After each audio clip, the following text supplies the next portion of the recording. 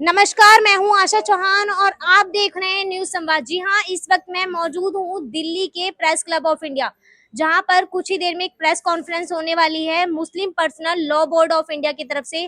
तो चलिए जानते हैं क्या कुछ मुद्दे हैं, क्या कुछ मुद्दे को लेकर के उनकी प्रेस कॉन्फ्रेंस है। चलिए। अच्छे लोगों को दोस्त बनाओ, हम अच्छे प्रत्याशी अच्छे लोगों को वोट डालेंगे पार्टी की बुनियाद पर, जिद की बुनियाद पर कि नहीं भाजपा से अगर कोई शरीफ आदमी आ गया और बाकी पार्टी से कोई जुआड़ी और शराबी आ गया और हम भाजपा को इसलिए वोट नहीं देंगे कि वो सांप्रदायिक है। इस जिद इस हट को भी मुसलमानों को छोड़ना है, हम लोग इस प्रयास को भी लगे हुए हैं। आज इस प्रेस कॉन्फ्रेंस के बाद आप देश के मुसलमानों को क्या संदेश देना चाहेंगे?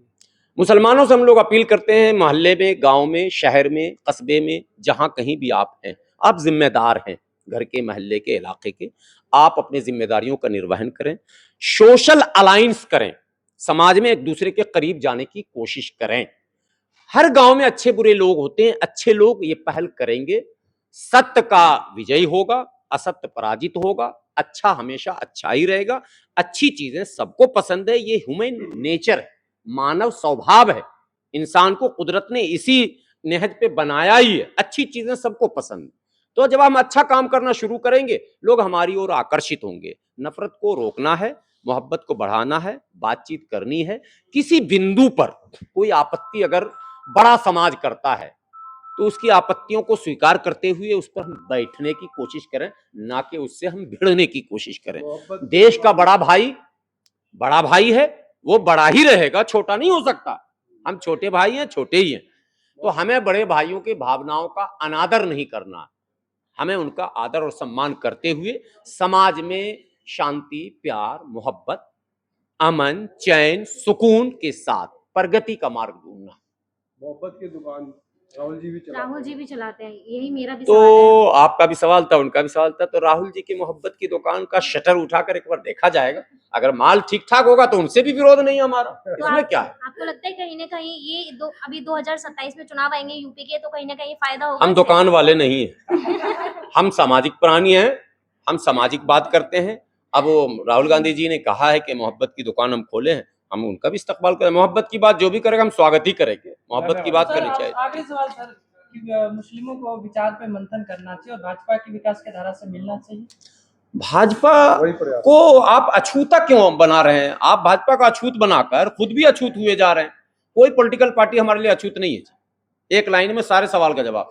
पॉलिटिकल पार्टियां जी, जैसे सपा है, बसपा है, कांग्रेस है, आरजेडी है, टीएमसी है, पता नहीं डीएमके, एएमके, सीएमके, पीएमके, कितनी पार्टियां हैं।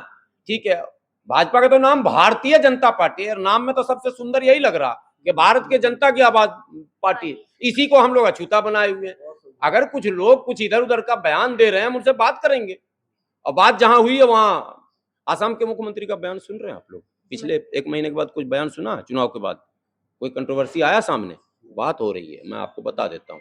जब बात होगी तो परिणाम आएंगे, कोई नहीं बोलेगा गलत। हम जब उनको मौका ही नहीं देते हैं तो वो तो गलत करेंगे।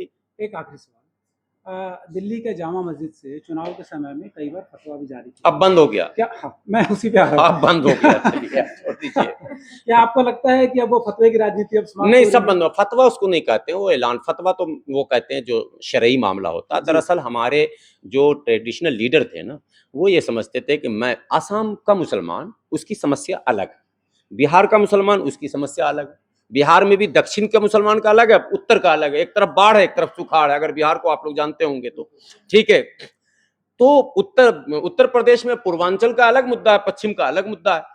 तो स्थानीय नेताओं को मुद्दे उठाने चाहिए। दिल्ली से बयान देकर असम के मुसलमानों को फोर्सफुली वोट डालने नहीं कहना चाहिए। इसका विरोध हम लोग कर ही रहे थे, अब हो गया। उसका असर ये हो गया कि अब ये सब लॉक, कंप्यूटर जी ने लॉक कर दिया। अब ये सब बयान नहीं आता है कहीं कोई। अब मुसलमान अपने बुद्धि से, विवेक से, देखिए पश्चिम बंगाल में क्या किया मुसलमानों ने। अभी रिजल्ट भी नहीं आया कि सारा मुसलमान भाजपा का झंडा लेकर घूम रहा था, आप देख ही रहे थे।